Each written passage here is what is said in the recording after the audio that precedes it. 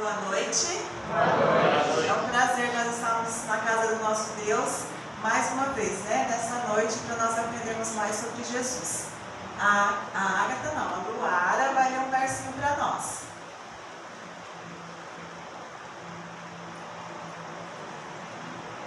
Boa noite. Boa noite. Pois a mensagem da cruz é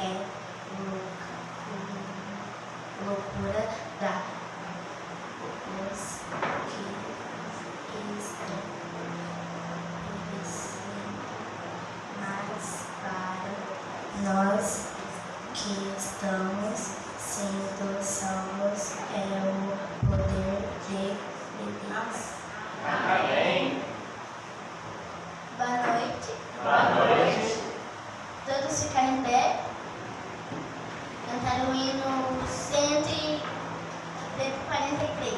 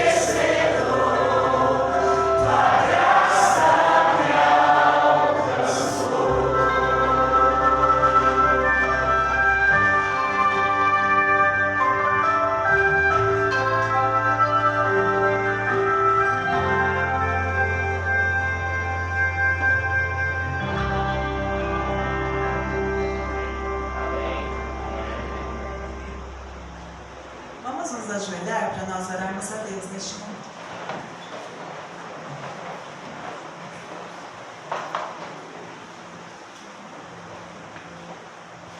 Oremos. Senhor nosso Deus, muito obrigada por essa noite que o Senhor deu para nós. Muito obrigada por esse dia também, Senhor, que o Senhor deu para nós. Muito obrigada por cada um que está aqui na casa do Senhor. Amém.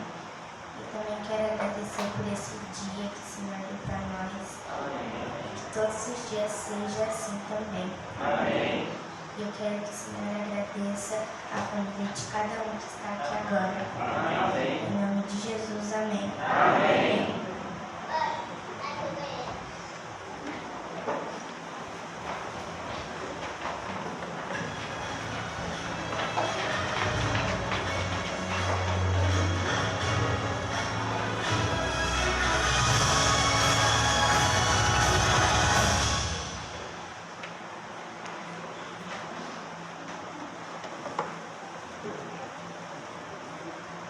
Como passaram o dia hoje?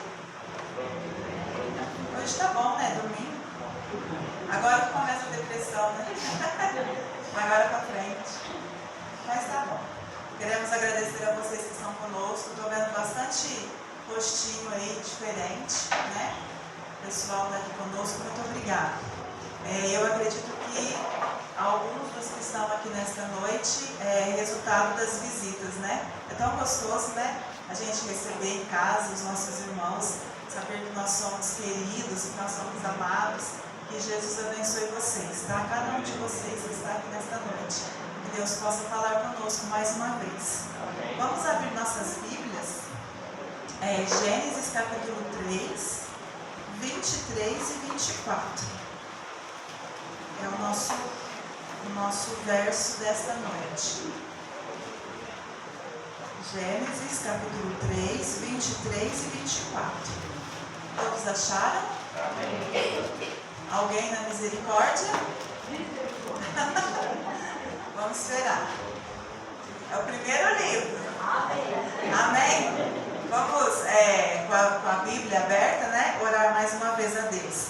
Pai querido, nós agradecemos ao Senhor por cada um de nós que o Teu Santo Espírito trouxe nesta noite, Pai. É muito bom estarmos perante a Tua presença mais uma vez, celebrando esta semana tão especial para nós, em que o Senhor nos deu uma nova chance. Obrigado, Pai, pelo Teu sacrifício. Agora, com a Tua palavra aberta, mais uma vez pedimos a atuação do Teu Santo Espírito, que nós possamos sentir a presença dEle, falando aos nossos corações e às nossas mentes. Nós pedimos em nome de Jesus. Amém. O ano era 1987, maio. Quem já era nascido? Mas eu era novinha ainda. Tinha um aninho. Maio de 1987. O Roberto Santos e Wagner Mota, eles andavam ali numa cidade em Goiânia procurando recicláveis. Eles trabalhavam com recicláveis e eles procuravam ali alguma coisa. Eles acharam um terreno que ele começou a ser demolido, um prédio ali, começou a ser demolido, mas por questões judiciais foi embargado e parou a demolição, ficou abandonado ali por um tempo. Aí eles decidiram então entrar ali para ver se achava alguma coisa. Eles encontraram uma espécie de tambor, pesando mais ou menos 100 quilos, e eles resolveram levar para casa. Chegando em casa, eles mexeram, abriram para ver o que tinha alguma coisa, e eles encontraram uma cápsula, mais ou menos, uma espécie de cápsula. Eles foram então até o dono do ferro velho, Devair, o seu Devair, e eles venderam para ele. Pegaram o seu dinheiro e foram. O seu Devair resolveu levar para casa, deixou lá, e à noite ele percebeu que aquela cápsula tinha um brilho meio que azulado, bonito, diferente. E ele então resolveu mostrar para as pessoas, que era uma coisa diferente. Nunca tinha visto aquilo. Ele mostrou para a esposa, mostrou para os filhos, para os empregados, para os vizinhos, para os amigos. Todo mundo queria ver a luz azul, aquele brilho diferente. Curiosidade, né? Cidade pequena, espalhou ali. No dia, se eu não me engano, 18 de setembro, mais ou menos, finalzinho de setembro, algumas pessoas começaram a passar mal. Náuseas, febre, dor de cabeça, vômito. E a esposa do seu Devair começou a ligar os pontinhos e ela disse assim: olha, eu acho que pode ter alguma coisa a ver com aquela cápsula lá que meu marido trouxe. Porque foi mais ou menos nessa época. Muitas pessoas ali passando mal. Aí ela conversou com o esposo, ela, ele, mais um funcionário pegaram aquela cápsula, levaram Chegando lá, eles conversaram com o veterinário que estava lá. O veterinário também nunca tinha visto, falou assim, bom, se vocês estão desconfiados, vamos deixar um negócio aqui encostado para a gente ver o que a gente faz. Aí ele deixou lá fora, numa poltrona velha, vários funcionários foram lá para ver a luz azul, né, o brilho diferente. Foi chamado um físico ali, e quando ele chegou perto daquela cápsula azul, ele quase morreu de infarto. Porque aquele aparelhinho que eles têm para medir, quase que estoura. E ele não percebeu que aquilo era o quê? Césio 137, radioativo, altamente contaminado. Aí eles chamam o corpo de bombeiro, e o corpo de bombeiro decide, vamos jogar no rio, né? Está contaminado, vamos jogar no rio, tudo joga no rio, né? E aí, quando eles foram para jogar, o físico gritou e falou, gente, não façam isso, vocês não estão entendendo o que é isso. Ninguém sabia naquela época, as pessoas não tinham ideia do que estava acontecendo. Aquela cápsula era uma cápsula de césio 137, altamente radioativo, porque aquele lugar onde eles foram era o lugar onde era o Instituto de Goiânia de Radiologia. Por conta de uma disputa, ficou abandonado, mas quando saíram, largaram tudo ali, inclusive o césio. Eles então pegaram as pessoas que estavam passando mais mal, que estavam piores, e levaram até o Rio de Janeiro. Rio de Janeiro, na época, era o único hospital que estava habilitado, que sabia lidar com esse tipo de problema de radiação, né? E as pessoas então foram para lá para poder se tratar. E até hoje, eles dizem que as pessoas sofrem com os efeitos dessa radiação. Na época, o governo de Goiânia, ele noticiou que 4 pessoas morreram por conta da radiação. A primeira foi uma criança de 6 anos, sobrinha do seu Devair, a esposa do seu Devair também veio a falecer, e 2 funcionários que trabalhavam com ele também vieram a falecer. Porém, o Ministério Público da época e o instituto que foi criado ali para atender as vítimas dizem que morreram 66 pessoas e mais de 1.400 foram infectadas por conta dessa radiação. Goiânia passou uma situação muito difícil, porque além, eles tiveram que começar a olhar na cidade até onde tinha ido a radiação. As pessoas começaram a passar uma para as outras, né, porque elas se transformaram num condutor. E vários lugares, vários bairros, inclusive a casa do seu Devair, eles perceberam que tinha uma alta concentração. As pessoas começaram a evitar aquele lugar, né, exportação, importação, não, a gente não quer de Goiânia e tal. E até hoje as pessoas sofrem com esse acidente, que é considerado o maior acidente radiológico do mundo, que se tem notícia. Imaginem só, né? Uma curiosidade despertou ali e olha as consequências. O pior é que o cunhado do seu Devair disse, ele faleceu depois de um tempo de câncer, e ele disse que a vida dele foi muito triste, porque ele se voltou para a bebida, porque ele se sentia muito culpado pela morte da sobrinha, da esposa e dos funcionários. Então o cunhado disse que o fim da vida dele foi muito triste. Ele acabou morrendo, né? Eles acreditam que por conta da radiação ele contraiu câncer depois, mas o cunhado disse que ele nunca se recuperou do remorso e da tristeza que ele sentia no coração por ter causado, na cabeça dele, né? Ele tinha causado todo aquele acidente, toda aquela situação, e ele então acabou se afundando nas bebidas para tentar esquecer essa situação, essa tristeza, nem remorso. Eu não sei quantos de vocês já sentiram, né, o remorso. É um dos sentimentos mais tristes que um ser humano pode passar. É aquela sensação de por que eu fiz, por que eu não parei, por que eu não pensei, se eu pudesse voltar, se eu pudesse, se eu tivesse mais uma chance, né? Essa sensação que corrói a pessoa por dentro, que não deixa a pessoa tocar a vida, né? Ela tira o brilho, ela tira a felicidade. E na Bíblia existe um personagem que viveu isso de perto e por quase 1000 anos. E é justamente o verso que nós estamos abertos aí, nós vamos ler Gênesis 3, 23 a 24. Se alguém quiser ler para nós, por favor. O Senhor Deus, por isso, o lançou fora do jardim do Éden, a fim de lavrar a terra de que fora tomado. E expulso o homem, colocou querubins ao oriente do jardim do Éden e ao refulgir de uma espada que se revolvia, para guardar o caminho da árvore da vida. Irmãos, que episódio triste. Depois de instaurar o caos no céu, como nós vimos ontem, a guerra que houve no céu, o diabo é expulso, vem para o planeta Terra, recém-criado, né? Ali Adão e Eva viviam o paraíso. Eles foram avisados pelos anjos de tudo o que estava acontecendo. Eles foram avisados para tomarem cuidado, para não se separarem, para estarem sempre juntos.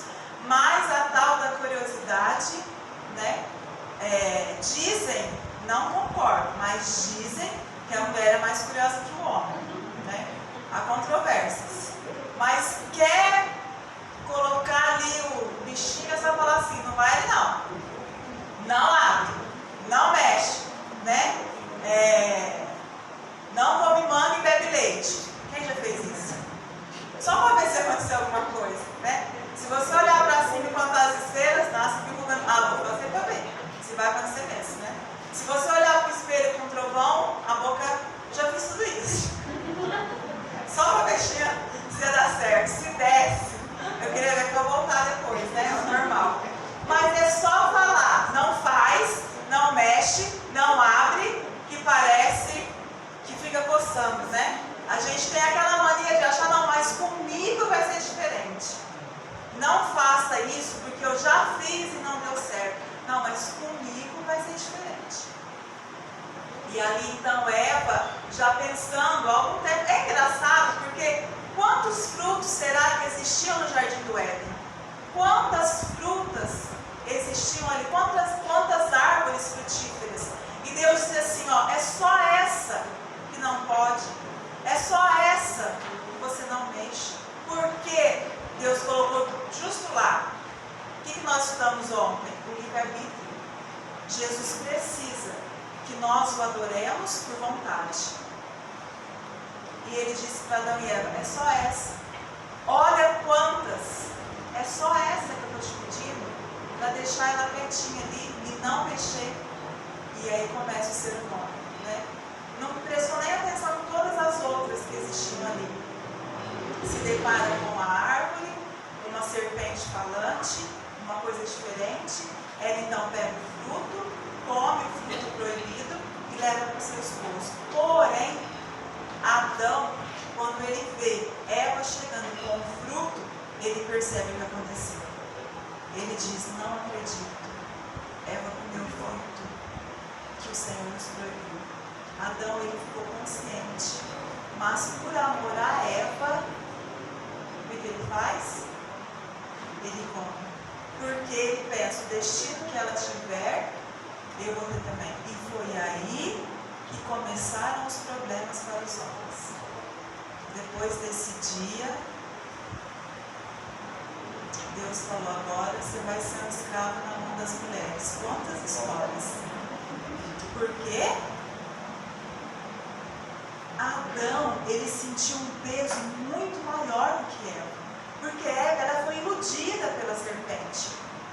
A serpente criou ali toda uma historinha. Era para primeiro ela ter corrido, né? Porque se você está andando num lugar e uma cobra começa a falar com você, dá licença, né? Mas ela ali naquele paraíso não sabia, já estava pensando naquilo, né? E o diabo ali começa a ludibriar. Mas Adão, o livro História da Redenção, na página 55, diz que quando Adão olhou para as árvores e viu as folhas caindo, quando ele olhou para as flores e viu elas no chão, ele chorou mais do que nós choramos hoje quando perdemos alguém que amamos. Tamanho foi o remorso que Adão sentiu. Irmão, já imaginou a vida de Adão? Eu fico pensando e eu fico imaginando que vida triste que teve Adão.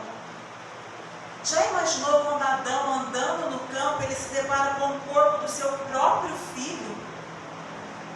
Sabendo que foi o irmão que matou, ele perdeu os dois filhos, porque um morreu e o outro se tornou fugitivo.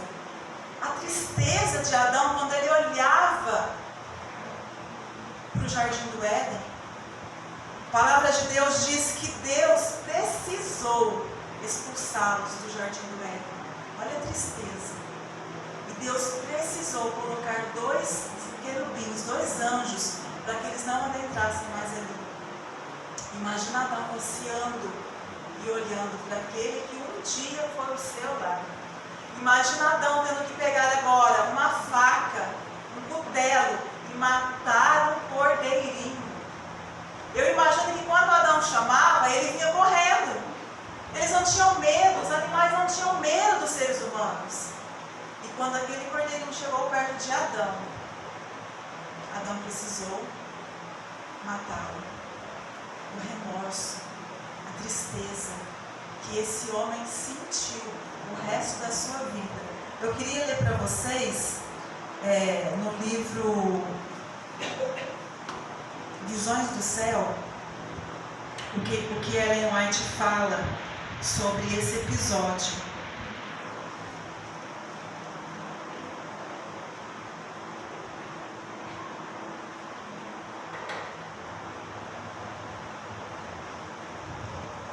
Depois da sua expulsão do Éden, a vida de Adão na terra foi cheia de tristeza. Cada folha a murchar, cada vítima do sacrifício, cada mancha na bela face da natureza, cada mácula na pureza do homem era uma nova lembrança do seu pecado. Terrível foi a aflição do remorso ao contemplar a iniquidade que era dominante. Em resposta às suas advertências, deparar com a acusação que lhe faziam como causa do pecado. Com paciente humildade, suportou durante quase 1000 anos a pena da transgressão. Sinceramente se arrependeu de seu pecado, confiando nos méritos do Salvador prometido, e morreu na esperança de uma ressurreição. O Filho de Deus redimiu a falta e a queda do homem. E agora, pela obra da expiação, Adão é reintegrado em seu primeiro domínio. Olha só o que ela diz. As pessoas acusavam Adão. Por que você está reclamando? Por que você está aqui nos acusando? A culpa é tua. Foi tua culpa, Adão, que trouxe isso para nós. Foi a culpa sua, foi o seu pecado. Quando Adão via ali os seus familiares cometendo atrocidades, pecados, faltas, e ele ia tentar ajudá-los, pedir para que se arrependesse, eles falavam, a culpa é tua. Foi por conta do seu pecado que nós estamos padecendo. Irmãos, que vida triste. Cheia de tristeza, de amargura, de remorso, esse homem suportou. Descobriu tarde demais que o diabo é mentiroso. E Deus mais uma vez estava correto. Se a história terminasse aqui, que esperança haveria para Adão e para nós? Mas graças a Deus, que um dia Jesus falou para Adão, Adão, você vai ter que sair agora do jardim. Infelizmente agora você vai passar todo o resto da sua vida e agora você é um mortal, você vai morrer. Mas Adão, tenha certeza que um dia o Messias virá. E através do sangue do Messias, você vai ressuscitar e vai novamente poder adentrar o Éden. Irmãos, que linda promessa. Que linda promessa. Eu acredito que Adão só não desfaleceu porque ele guardava em seu coração a promessa de que Jesus um dia viria para morrer a morte que Adão merecia. E cada um de nós. E ele disse para Adão, tenha certeza que a derrota do inimigo é certa. Ela termina o título, o capítulo, dizendo assim, Adão já no novo céus. Em arrebatamento de alegria, contempla as árvores que já foram o seu deleite. Vê as videiras que a sua própria mão tratara, as mesmas flores que com tanto prazer cuidara. Seu espírito apreende a realidade daquela cena. Ele compreende que isso é, na verdade, o Éden restaurado, mais lindo agora do que quando dele fora banido. O Salvador o leva à árvore da vida, apanha o fruto e manda-o comer. Olha em redor de si e contempla uma multidão, sua família resgatada no paraíso de Deus. Lança então sua brilhante coroa aos pés de Jesus e, caindo a seu peito, abraça o Redentor. Dedilha a harpa de ouro e pelas abóbadas do céu ecoa o triunfante cântico. Digno, digno, digno é o Cordeiro, que foi morto, mas reviveu. A família de Adão associa-se ao cântico e lança suas coroas aos pés do Salvador, inclinando-se perante ele em adoração. Esta reunião é testemunhada pelos anjos que choraram quando da queda de Adão e agora se rejubilam ao ascender Jesus ao céu. Contemplam agora a obra da redenção completa e unem as vozes no cântico de louvor. Que lindo, né? Que lindo! É aqui que termina a história de Adão. É assim que é o final da história de Adão. Abraçado a Jesus, sendo devolvido ao seu Éden restaurado.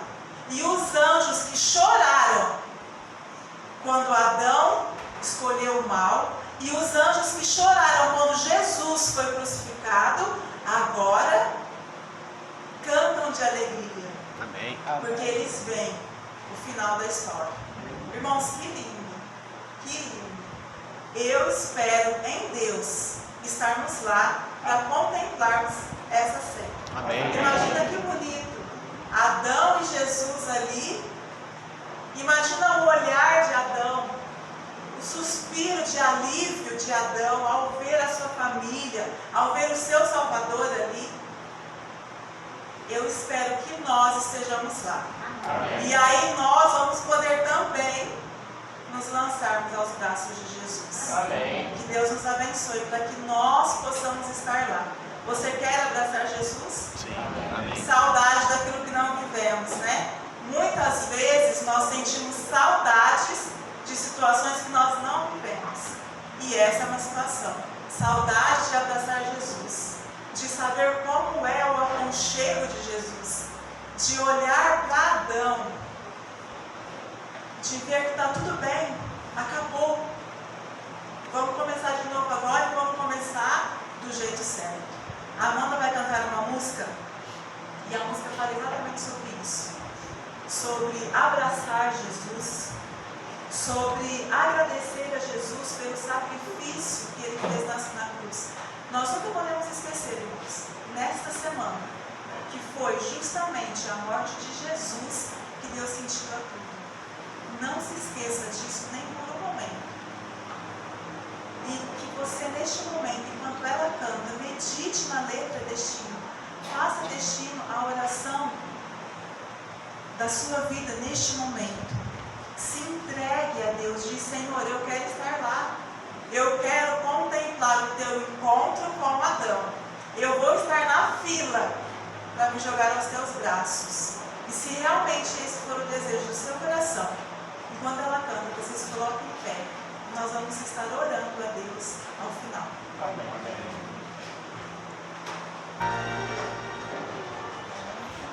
Oremos.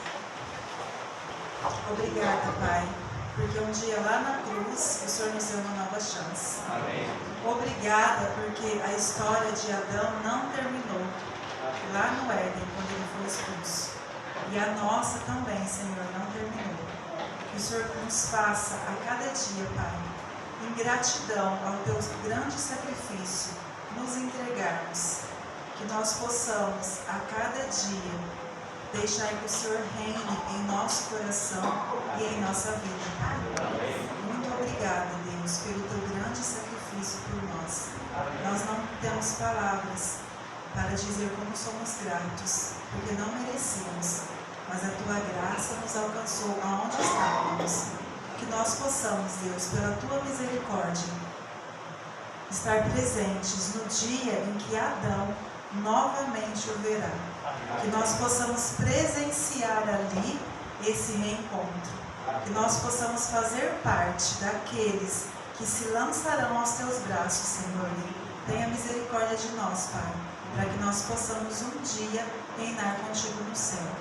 Que o Senhor nos acompanhe agora e que nos dê uma semana abençoada. Nós pedimos em nome de Jesus. Amém.